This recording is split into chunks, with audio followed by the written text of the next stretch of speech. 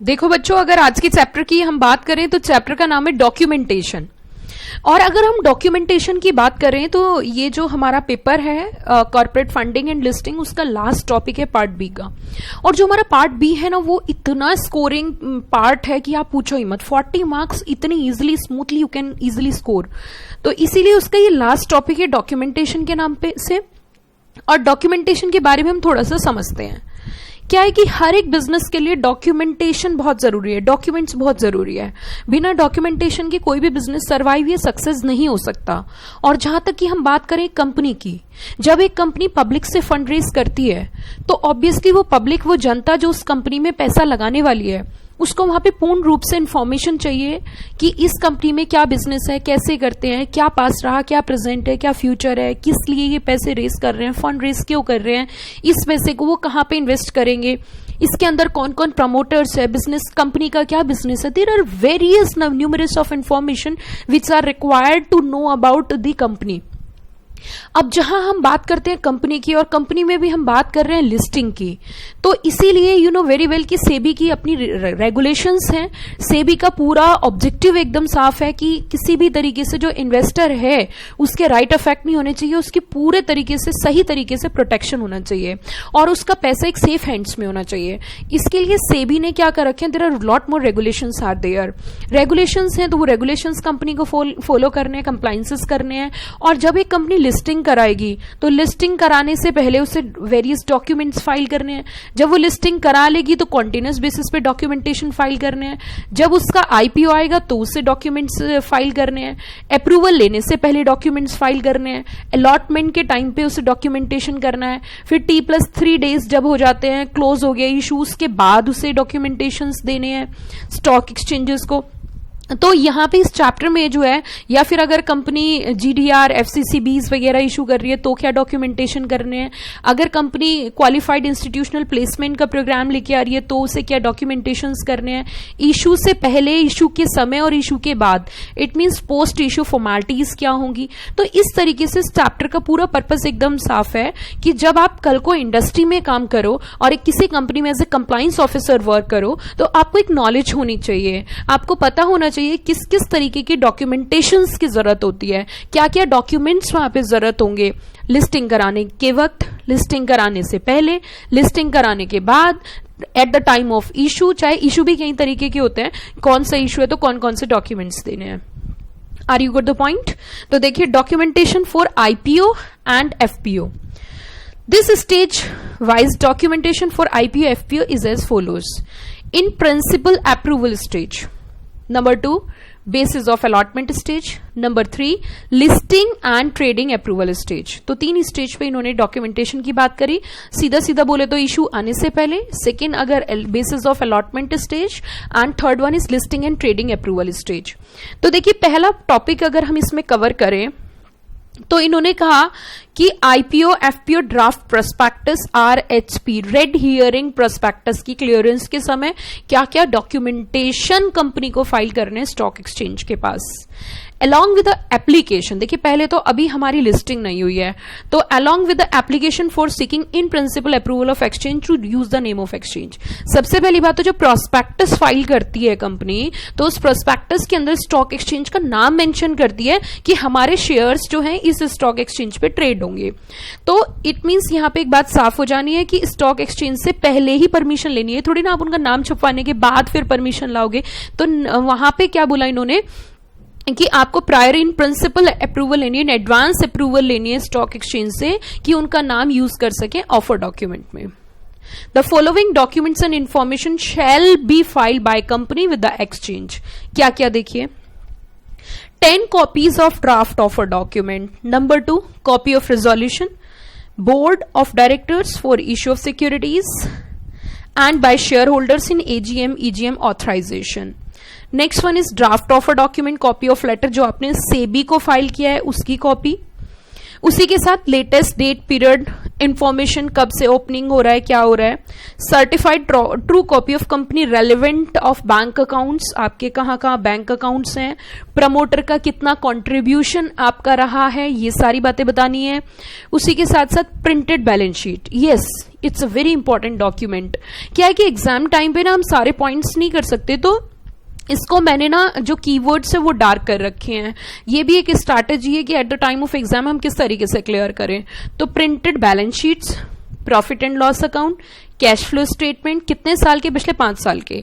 देखिए ये जो इंफॉर्मेशन जाती है इससे कंपनी की आर्थिक स्थिति पता चलती है, कंपनी की फाइनेंशियल स्टेबिलिटी पता चलती है, कंपनी का पिछला ट्रैक रिकॉर्ड पता चलता है कि पिछले कितने सालों में कंपनी ने डिविडेंड डिस्ट्रीब्यूट किया है, कंपनी के कितने प्रॉफिट्स रहे हैं, कंपनी ने किस किस सेगमेंट में पैसा लगाया है, कंपनी किस रफ्तार से बढ़ रही है, पिछले 5 सालों में इंक्रीजिंग प्रॉफिट है या स्टेबल प्रॉफिट है या डिक्रीजिंग है। तो इससे एक अंदाजा लगाया जा सकता है कि कंपनी किस स्थिति में काम कर रही है। देन उसी के साथ साथ आगे ये बोलते हैं statement containing particulars of date and parties of all material contracts and agreement. Yes it is very important कि कंपनी ने जितने भी एग्रीमेंट्स किए हैं वो उन इंपॉर्टेंट एग्रीमेंट्स, अब इंपॉर्टेंट एग्रीमेंट में क्या आ सकते हैं वो मैं थोड़ा सा बताती हूँ। जैसे कंपनी ने किसी अदर कंपनी के साथ कोई टेक्निकल एग्रीमेंट किया है, कोई जॉइंट वेंचर एग्रीमेंट किया है ना, कोई टेक्निकल एडवाइस का किया है, कोई शेयरिंग का किया है, इस तरीके की अगर एग्रीमेंट्स किए हैं जो बहुत इंपॉर्टेंट है तो उन एग्रीमेंट की कॉपी, उन एग्रीमेंट्स की कॉपी, डॉक्यूमेंट्स जो भी एग्रीमेंट्स आपने किए हैं उन सब की कॉपी भी आपको कहीं ना कहीं मेंशन करनी पड़ेगी ताकि कंपनी की पता चल सके कि company in future revenue sharing कहां कहां होने वाला है। उसी के साथ साथ आप देखोगे ये भी बता दो कि कौन सी एक्सचेंज को आप डेजिग्नेटेड स्टॉक एक्सचेंज रखोगे। Name of the exchange, name of the exchange which is proposed to be designated by company as the lead exchange, as the lead exchange. It means आप लीडिंग स्टॉक एक्सचेंज किसको रखने वाले हैं ये भी आपको कहीं ना कहीं बताना जरूरी होगा। प्लस उसी के साथ साथ डायरेक्टर्स के अपॉइंटमेंट्स, कंपनी सेक्रेटरी का अपॉइंटमेंट, इसकी इंफॉर्मेशन, इसके लिए ना फॉर्म फाइल होता है आरओसी को तो उसकी कॉपी आपको लगानी है। कंपनी का memorandum of association, yes it is again a very important document. अगर memorandum of association and article of association की बात करें तो उसके अंदर तो पूरी डिटेल जानकारी होगी कहीं ना कहीं, तो वो मेमोरेंडम और आर्टिकल ऑफ एसोसिएशन भी आपको कहीं ना कहीं कंपनी का लगाना होगा। उसी के साथ साथ कंपनी की तरफ से ये कंफर्मेशन कि कंपनी जितने भी कंप्लायंसेस हैं एक्सचेंज के वो कर रही है, प्लस उसी के साथ साथ आर्टिकल ऑफ एसोसिएशन में किसी तरीके का कोई रिस्ट्रिक्टिव क्लोज नहीं है और मेमोरेंडम या आर्टिकल के अंदर कोई भी ऐसा प्रोविजन नहीं है जो कि इनकंसिस्टेंट है किसके साथ, लिस्टिंग एग्रीमेंट के साथ या कोई भी एप्लीकेबल रूल्स और रेगुलेशंस के साथ। ये भी आपको डिक्लेरेशन देनी पड़ेगी। उसी के साथ साथ आपको एक और डॉक्यूमेंट जो फाइल करना है, सर्टिफिकेट फ्रॉम स्टैट्यूटरी ऑडिटर। जो आपके स्टैट्यूटरी ऑडिटर होंगे उनसे सर्टिफिकेट लेना है। और किस चीज का सर्टिफिकेट लेना है, इस चीज का सर्टिफिकेट लेना है कि कंपनी जो है सेबी के एलओडीआर रेगुलेशंस जो हैं उनको कंप्लाई कर रही है, कॉर्पोरेट गवर्नेंस की रिक्वायरमेंट पूरी कर रही है और इसके तहत उसने जो रिक्वायर्ड कमिटीज थी उनका गठन कर रखा है। प्लस उसी के साथ complete detail of any outstanding employ stock option plan and other benefits जो भी है वो भी आपको ने वो रिक्वायरमेंट्स पूरी कर रखी है। फिर उसी के साथ साथ प्रोसेसिंग फीस जो भी है, और company shall undertake to inform the exchange forward of any material development applicant with exchange but prior to issue in principle approval. उससे पहले आपको कहीं ना कहीं क्या लेनी पड़ेगी, प्रिंसिपल अप्रूवल लेनी पड़ेगी। प्रोसेसिंग फीस, और आपने लीड मर्चेंट बैंकर जो है उसकी रिक्वायरमेंट पूरी करी या नहीं करी। Then undertaking from managing director, CS या फिर कंप्लायंस ऑफिसर, किस चीज की, कि यहां पे उन्हें कंफर्मेशन देनी है कि यहां पे हमने कोई भी कॉन्ट्राडिक्शन नहीं किया regulation number 24 of SEBI delisting regulations. फिर अंडरटेकिंग, एक और अंडरटेकिंग ली जाएगी एमडी या सीएस या फिर कंप्लायंस ऑफिसर से कि हम यहां पे कंफर्म करते हैं कि जो प्रमोटर और डायरेक्टर्स हैं वो जो रेस्ट्रिक्शंस होती है सेबी के सर्कुलर की जो रेस्ट्रिक्शंस होती है उसमें फॉल नहीं करते। कुल मिला के ऐसे करके 20 डॉक्यूमेंटेशंस की रिक्वायरमेंट है और 20 डॉक्यूमेंट्स जो है वो वहां पे फाइल करने हैं।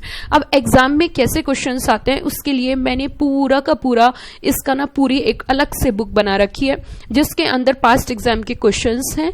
यहाँ पे आपको कहीं ना कहीं 3 तरीके की बुक्स मिलेंगी, एक होगी डिटेल नोट, एक होगी क्रक्स बुक और एक होगी आपके पास्ट एग्जामिनेशन क्वेश्चंस की बुक जिसके अंदर वेरियस पास्ट एग्जामिनेशन क्वेश्चंस होंगे। तो अलग अलग बुक दी जाएगी, उसके अकॉर्डिंग आपको करना है, क्योंकि कई बार हमें समझ भी नहीं आता कि एग्जाम में क्वेश्चंस कैसे आते हैं, तो उसके लिए सेपरेट अलग से एक बुक है। इट मींस 3 बुक पे हमने काम किया है, एक हमारी डिटेल बुक है, एक दूसरी उसी के साथ साथ हमारी क्रक्स बुक है which play a very important role at the time of examination, and the last one is past examination book. तो कहीं ना कहीं ये अलग अलग पार्ट्स में। अगर कॉर्पोरेट फंडिंग की बात करें तो कॉर्पोरेट फंडिंग के हमारी अलग मेन 2 बुक्स हैं, इसके अलावा हमारी जो है पास्ट एग्जामिनेशन की बुक है एंड क्रक्स बुक है। तो कहीं ना कहीं इस तरीके से हम लोगों ने इस पे काम किया है और पूरी कोशिश की है कि बच्चा 100% क्लियर करे। ये हमारा टॉपिक था डॉक्यूमेंटेशन। अब इसमें हमें वेरियस टॉपिक्स डिटेल में पढ़ने हैं, तो वो हम स्टेप बाय स्टेप आगे बढ़ते हैं।